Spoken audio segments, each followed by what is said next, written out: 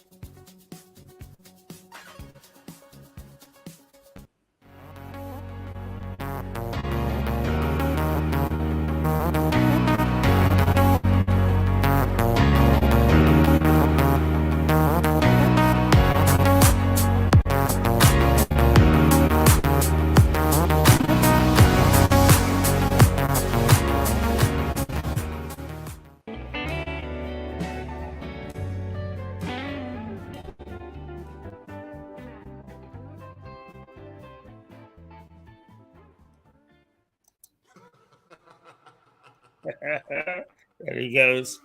Oh, what a laugh! What a laugh! Okay, right. This next half hour, 2 or 3 things from the past, a little bit of this, a little bit of that, and hopefully we'll have Suzanne Musha on from New York a little later. But let's take a look back now out of the archives. Because there are 1 or 2 things that there. But one of the things I think that we are ready to launch again in the not too distant future. He was in on Friday, and is once the weather has improved slightly, is Joey will be here with his assistant Alex, and they are going to try and look at what's going on in the garden. Yes, sir.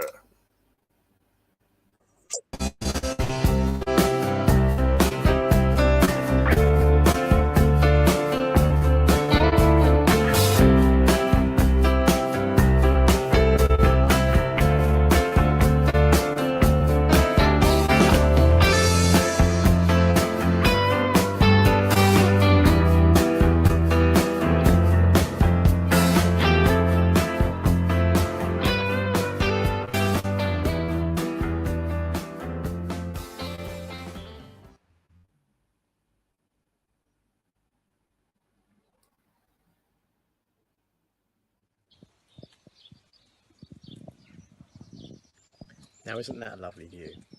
So here we are in Hailsham, and today I'm going to show you the front garden again, because it really has got to the point where it's starting to look ever so beautiful. The problem we have though is that the sun is kind of in the wrong place. It's beautiful and it's obviously where it should be, but it's sadly in the wrong place for me to film the garden in the way I'd like to. So I need to try and find a way in which I can present things to you. Aha, I found a shady spot. So look at those alliums. Aren't they beautiful? So they are alliums they belong to the onion family. They are absolutely beautiful. There were 3 planted last year, and here we have 1, 2, 3, 4, 5. Because the bulbs obviously split each year, get bigger, and before you know it, you've got a huge clump of them. Same with, there are some more over there, you can see them just in the distance. So the Bowles Mauve, which is one of my favourite perennials, I think I've mentioned it before, is coming out into full flower now. Joey, get out of there please, otherwise we're going to lose the alliums, because we do. Okay, look at that naughty dog. Joey, get out. Joey, okay, get out of there. Come on, you've got to snap things. So yeah, so it really is coming along a treat out here now. Such delicate things. Look at this beautiful verbascum. Absolutely beautiful and quite unusual, because verbascum aren't normally that colour. Joey, out. Come on, out, Joey. Get out. Come on, out. God Lord. Yeah, so I just thought I would this morning just show you the developments in this garden. It really is starting to come on. Well, I'm going to show you one other plant which I think is absolutely beautiful. Now this plant is called a Cicerintium. It looks predominantly like some sort of grass. It's just a grassy, reedy thing. and I think it's called the poor man's orchid or poor man's iris. I can't remember exactly, but it is one of those beautiful plants when it flowers, because it has these most delicate, tiny little whitey cream flowers all the way up these stems, and they actually flower for an incredibly long time. And what I normally do is I plant them amongst purple perennials, such as foxgloves, salvias, and my favourite, Verbena bonariensis, which is here but isn't actually, it's this one here, but it hasn't actually got to the point of flowering yet. So the mixture of the purple and the whitey cream really does look beautiful. And look, just look at that foxglove. I think I can turn you round to look at the foxglove. There it is. Amazing, absolutely beautiful. So our tulips have obviously all finished now. So we've just got all just the dead heads now. So they're just absorbing the sunlight, going back into the bulbs, ready to be ready to start again next year. And yeah, so the seasons are moving on. The yew trees that we planted out here 2 winters ago now are doing phenomenally well. We've got all this new, beautiful new growth on them. So the idea is that this will eventually create a beautiful hedge all the way around. It's going to be a few years because they are relatively slow growing, but I don't know if you know this, but apparently yew trees are one of the best trees to cleanse the air. So they basically work like a big sieve. So that if you have them all the way around the edge of your garden, all the particulates that are in the air, the pollution from the cars, apparently the leaves absorb it. And so the air on your side of the tree is a lot fresher. So yeah, and here we have a wild buttercup, which is so pretty. Yeah, this is a wild buttercup. It would be classed, I suppose, as a weed, but I've left it in the flower bed purely because you can't really not like that, can you really? Look at that, absolutely beautiful. What do you think, Joey? Where are you? Anyhow, that's it from today. I was literally I'm just going to walk around, look at plants and feel happy. So next week I'll show you the back garden again, show you the vegetables, see how they're coming on. Have a good week. I hope that you can get some sunshine and maybe enjoy some gardens or something somewhere, some plants and just some country walks. But yeah, that's enough for me. You take care. Bye.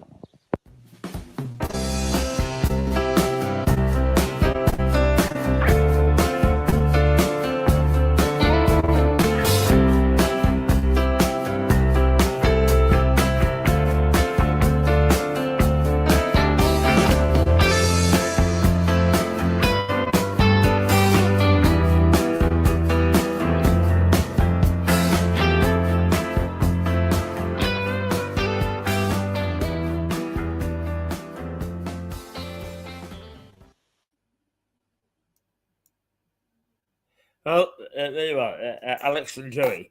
And they have a new project that they're putting together in a little village just to the east of Lewes. And we'll be finding out all about that and what they're going to do with it and how they're taking. Well, it's spring, isn't it? An important time for gardens. So watch dear old Joey knows his stuff, and he allows Alex to pipe up once in a while. Hopefully there'll be some good stuff on hand from Joey and Alex as we go into the second quarter. Sorry. All right. Let's now. In the past, no, I'm sorry. First of all, I'm going to a new feature which I started this morning and which I showed you in the news hour, but it bears repeating. So let's do that first of all.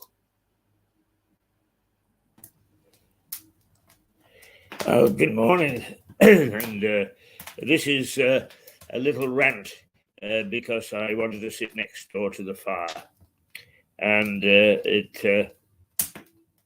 it's rather a pleasant fire. It's nice to come into the White Hart Hotel, and this morning I was greeted by the lovely Shannon, who, to all the guests, not just me because I'm in every morning, but to all the guests, shows a lovely face. And treats them kindly and with assistance and looking after them and making sure that they feel at home. Now, quite often you will see in various places, we do not permit you to abuse our staff, blah, de, blah, de, blah, right? I'm all for that. Of course, staff shouldn't be abused. And most certainly, I would actually come to the aid of anybody who abuses staff here, because they are lovely and they try their hardest to make sure the guests are looked after. But it is widespread that the abuse of staff in a good many areas, whether it be hospitals or shops or bus stations or whatever, is that the general public can be prone to abuse and not treating staff very nicely. I'm all for that. But what really gets my goat is that there is no sign saying we as a company or as an organization will not abuse our customers. No suggestion of that at all. And that bothers me, because I find that online, particularly the financial sector, but many people who deal online, many organizations can be quite abusive, can treat the customers quite badly. And there is nobody there to say, don't do that. That is no more acceptable to abuse your customers, to abuse people, than it is to say to customers, do not abuse our staff. These things go two ways. And too often, because we are in the computer age, the computer era, they have other words for it now, I know, but I have to call it that because that's the way I see it. Is too often is abuse of online communication. It is prevalent, and it has got to stop. I say it's the retail financial sector, because that's where I have most of my problems. But people do have problems in other areas, including the NHS. Now, of course, we mustn't abuse doctors or nurses or support staff, or even the people that actually take the appointments on the telephone. No, we must not do it verbally or physically. But they must not abuse us.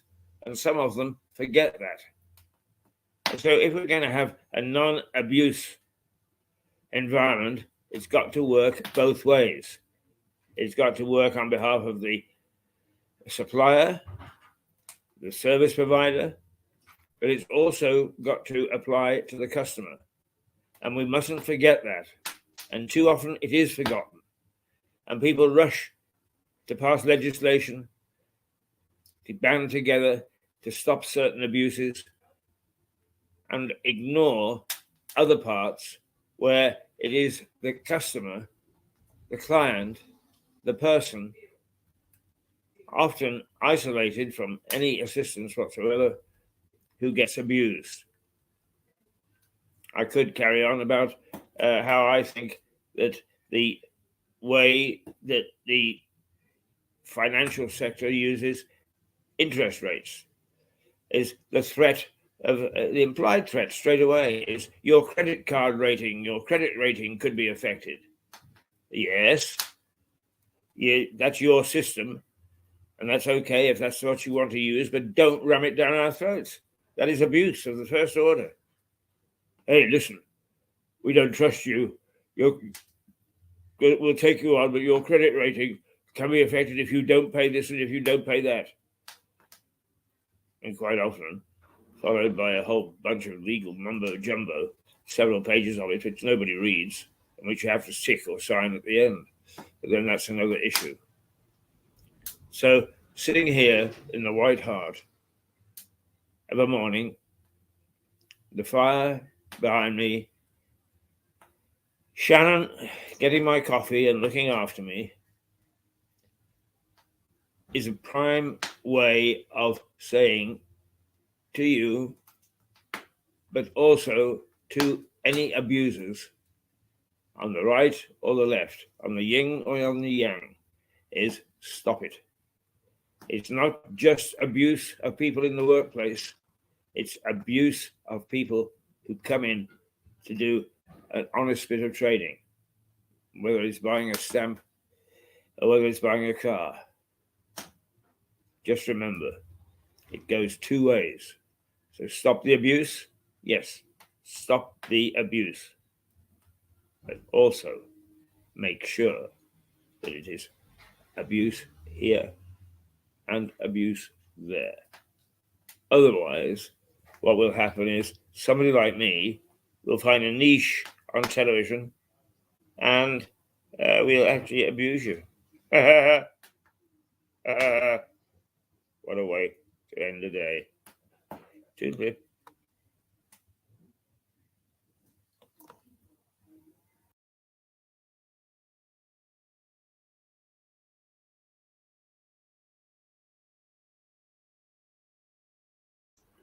All right, there you are. Is something that is I think is very naughty and it needs attending to, and so it needs to be attended to.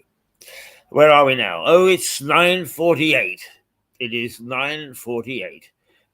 What do we have that we're going to indulge with you next? Yes, this is something that we say that we are local but not parochial, and we look at things in the rest of the world.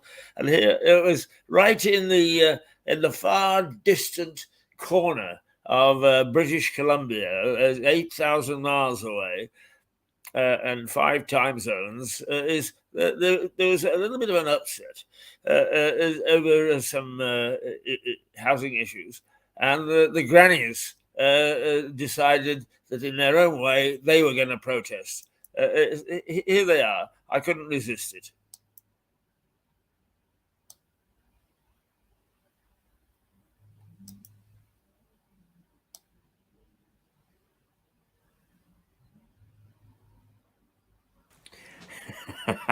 Well, just once in a while, some little gems come our way. I better put my hat on for this. It's a very nice piece for voices. We have one viewer who has a son who lives in Maple Ridge, on the west coast of Canada, and indeed I have some relatives there. And this was sent to me, the Raging Grannies of Maple Ridge, and believe me, it is worth watching. So we're going to show it. You've got to watch it. You've got to watch it. It's just terrific, absolutely terrific. This should really go around the world. The Raging Grannies of Maple Ridge on Voices on Mirador TV. So there we go. Here it is. Have fun.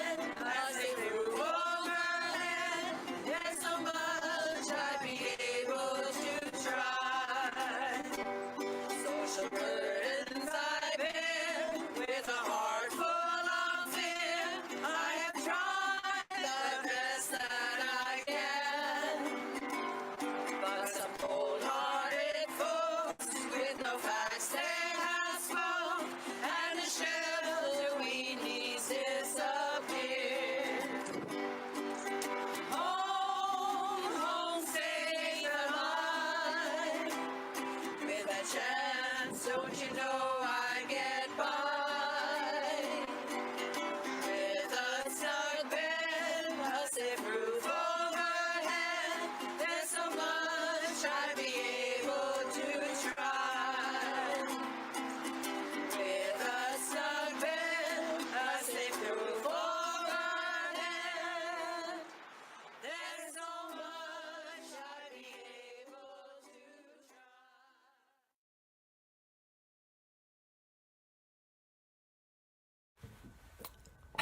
I can't be a raging granny, but perhaps I can be a raging grandpa.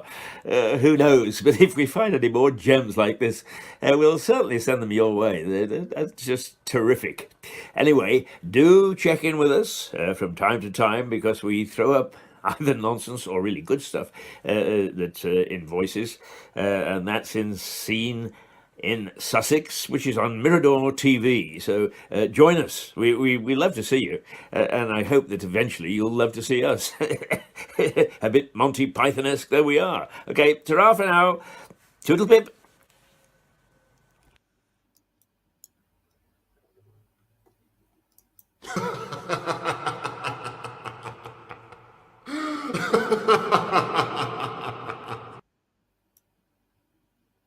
Well, there you are.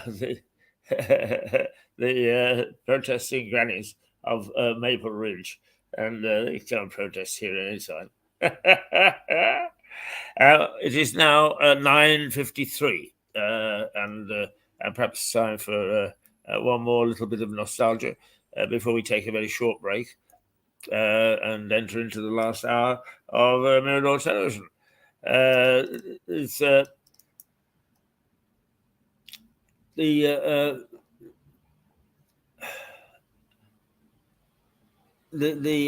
Am January. When we first started, we built some of our programs around our logo. In fact, the night that is situated in the Priory grounds in Lewes, the Priory that was built in 1069, not long after the conquest. And it's still, a bit of it is still there, despite the best efforts of Thomas Cromwell on behalf of Henry VIII to pull it down. And some of their adventures and some of their serious programs, but nonetheless trying to present it in an interesting way, surrounding what we've dubbed the knight's name as Jenry. So this is, who is Jenry? I'll take a look.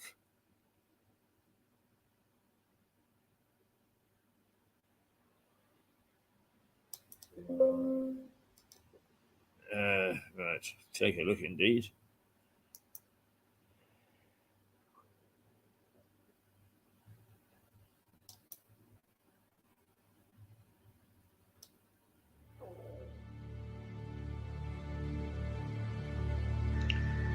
Jenry is the name given by Mirador Television to a statue which stands in Priory Park in Lewes.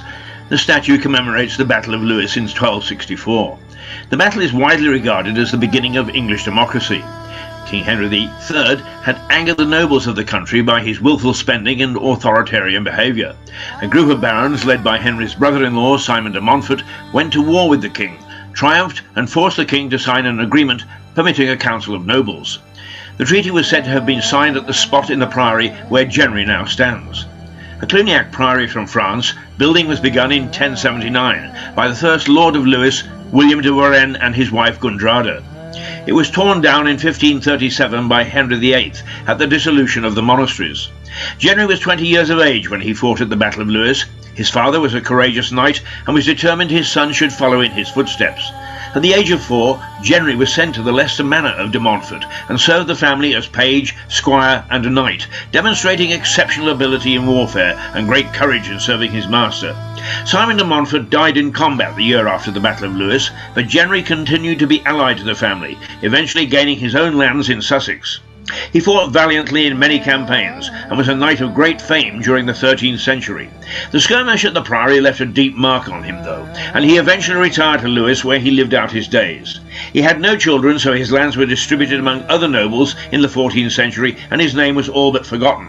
That is until 1964, when Jenry was reinstated. He now stands guarding the ruins of the Priory day in and day out. He stares fixedly ahead, neither turning to the left nor to the right. A truly disciplined medieval knight. But sometime at the turn of this century he magically came alive during the night and roamed the Priory grounds and those of Southover Manor, which was built with bricks from the Priory.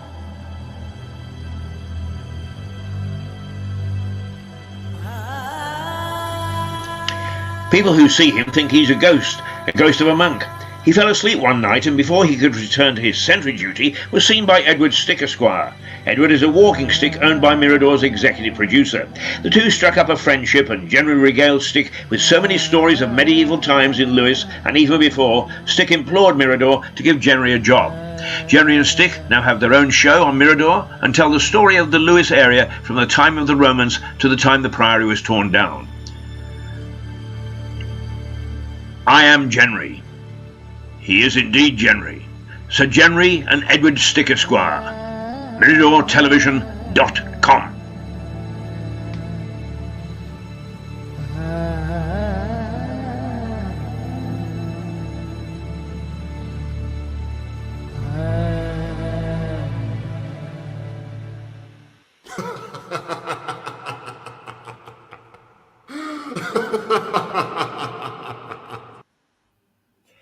Well, you know, that's who Jenry is, so if he pops up from time to time, you know who we're talking about. It is now 9:58, so at 10 o'clock we're going to take a short break, and then we'll be back with more stuff for you until around 11:15 or so. Okay, let's say toodle-pip at 9:59, only a short toodle-pip, but nonetheless, toodle-pip it is. And we'll see you in a little while. Yes, indeed we will. If you stick with us, we'll stick with you. All right.